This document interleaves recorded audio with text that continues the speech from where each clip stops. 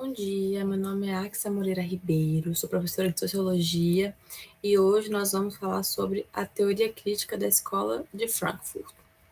Basicamente, a Escola de Frankfurt ela foi uma grande teoria política e também transdisciplinar, porque ela envolveu a psicanálise, o existencialismo, que é da filosofia, envolveu também questões positivistas, que vêm da sociologia. Então, ela englobou aí 3 grandes áreas das ciências humanas. E para entender um pouco da Escola de Frankfurt, ela surgiu ali no início de 1920, mais precisamente em 24. E ela começou dentro da Universidade de Frankfurt, dentro de um dos auditórios lá, e os autores que formam essa escola de Frankfurt, eles se juntavam para debater sobre política, sobre, enfim, questões do momento que eles estavam vivendo, né? E eles têm também uma base, uma tradição marxista. Eles estavam num contexto de Alemanha pós-Primeira Guerra, então eles se encontravam em uma instabilidade econômica e política. E por isso eles estavam ali dialogando sobre essas questões, né? E eles trazem para dentro do debate uma das maiores problemáticas, né, dessa escola, que é a questão da tecnologia ali que iniciou-se na Primeira Guerra. Então, pós Primeira Guerra Mundial, as novas tecnologias que haviam surgido gerou discussões entre esses autores. Ela foi fundada, essa escola, para responder à crítica ao marxismo clássico ou ortodoxo. E eles escolheram também retomar algumas questões, principalmente voltadas sobre a cultura, as mudanças tecnológicas, né, que a Primeira Guerra Mundial trouxe, e a grande questão que eles trouxeram para dentro dessa discussão é por que o capitalismo ele agora consegue, agora depois da Primeira Guerra, né, Mundial, ele consegue englobar as produções culturais também. Não só questões econômicas, mas agora ele consegue também atingir a cultura. E importante estar também que a escola de Frankfurt ela tem origem judia.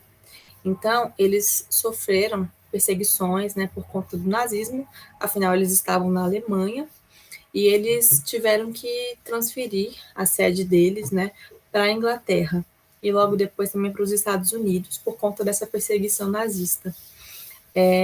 Enfim, agora vamos falar um pouco sobre os filósofos, né, que estavam envolvidos nessa escola. Eles tinham uma base crítica que eles eram contra totalmente a questões totalitaristas, né? Quer tivessem viés nazista, fascista ou soviético. Principalmente o nazista, porque estamos falando aqui de judeus. Dialética do esclarecimento, que é uma questão também da Escola de Frankfurt. Dialética é um termo, inclusive, marxista, né? Que foi um movimento intelectual criado por um grupo de filósofos e cientistas sociais de orientação marxista em 1924 na Alemanha, caracterizado pela reflexão crítica sobre a sociedade contemporânea e as teorias que a explicam e que foi fortemente perseguido pelo nazismo. A indústria cultural, que foi uma teoria fundada pelo Adorno e pelo Horkheimer, eles tinham como noção de indústria cultural uma produção de bens culturais adaptados ao consumo das massas. Então, quem produz cria o seu consumidor e a sua demanda de consumo. Ou seja, o objetivo da indústria cultural era a padronização das pessoas, né, a homogeneização das pessoas. E tinha como objetivo a felicidade vinculada ao consumo. Ou seja, um exemplo, agora eu estou com vontade de tomar uma Coca-Cola gelada. Para Adorno e Horkheimer, essa minha vontade de tomar a Coca-Cola gelada não é vontade minha, é uma vontade que a indústria criou em mim. Ela criou essa demanda em mim, né, de querer uma Coca-Cola. Não é uma questão minha, natural, é uma questão que a indústria impôs sobre mim. e assim também impor sobre as pessoas, né, massificando esse consumo. Então, quando eu tomo minha Coca-Cola gelada, eu tenho a felicidade, né? Eu encontro a felicidade quando eu consumo essa Coca-Cola gelada. Então, e também a questão de pensar, sentir e agir uniformes, ou seja, quando todo mundo pensa igual, quando todo mundo está dentro de um padrão, é muito mais fácil que o produtor consiga atingir as massas, né? Porque todo mundo está ali querendo a mesma coisa, então a demanda vai ser praticamente integral.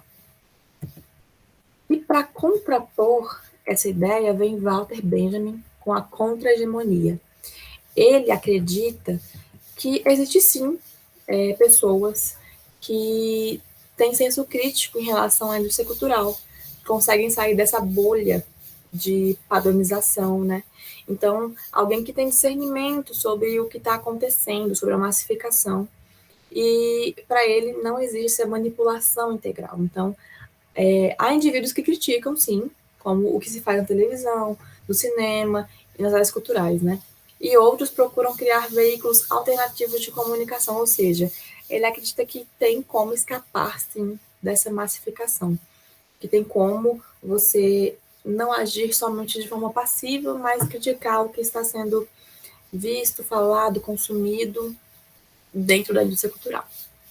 E é basicamente isso. Muito obrigada.